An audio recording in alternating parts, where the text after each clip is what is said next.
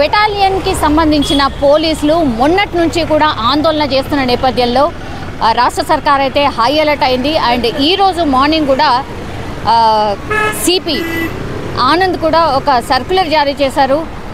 ఎక్కడ కూడా 5గురికి మించి గుమిగూడడానికి వీల్లేదు. ఇది మొత్తంగా కూడా ఒక 1 మంత్ పాటు ఈ ఆదేశాలు పాటించాల్సిందే అందరూ కూడా. అండ్ పోలీస్ శాఖ ఎస్పెషల్లీ వివిధ డిపార్ట్మెంట్స్ హై అలర్ట్లో ఉండాలి. ఎవ్వరు కూడా డుమ్మా కొట్టడానికి లీవ్ తీసుకోవడానికి లేదు అనేటువంటి ఆదేశాలు జారీ చేశారు. వీటన్నిటికీ కారణం ఎందుకంటే బెటాలియన్కి సంబంధించిన పోలీసులు కానిస్టేబుల్స్ ఎవరైతే ఉన్నారో రాష్ట్ర వ్యాప్తంగా ఆందోళనలు చేస్తూనే ఉన్నారు.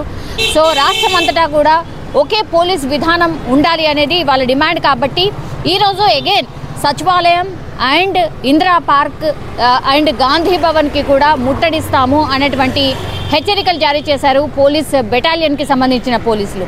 దీంతో పోలీసులంతా హై అలర్ట్ ప్రకటించారు. ప్రస్తుతం మనం ఉంది ఇందిరా పార్క్ దగ్గర, అంటే ధర్నా చౌక్ దగ్గర మనం ఉన్నాం.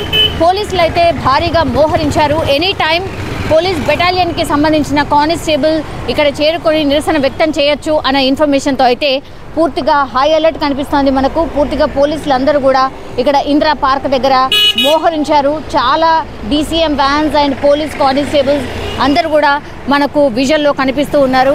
కంప్లీట్లీ ఇక్కడనైతే ఒక హై అలర్ట్ అయితే కనిపిస్తున్న సిచ్యువేషన్ కనిపిస్తుంది. ఎందుకంటే 39 అంటే రాష్ట్ర వ్యాప్తంగా మొన్నటి నుంచి నిరసనలో పాల్గొన్న 39 మందిని సస్పెండ్ చేశారు. అలాగే 10 మందిని విధుల్లో నుంచి తొలగించడం జరిగింది. దీనికి నిరసనగా ఇంకా డూ ఆర్ డై లాగా ఇంకా తగ్గేదే లే అనుకున్నారో ఏంటో పూర్తిగా బెటాలియన్కి సంబంధించిన పోలీసులు ఇక రాష్ట్ర వ్యాప్తంగా ఆందోళనలు ఇంకా ఉధృతం చేయాలి అని డిసైడ్ అయిన నేపథ్యంలో పోలీసులు అయితే హై అలర్ట్ ప్రకటించారు. అయితే సచివాలయం ముట్టడి మొన్ననే సచివాలయం ముట్టడి చేశారు. ఎంత రచ్చ క్రియేట్ అయిందో తెలిసిందే.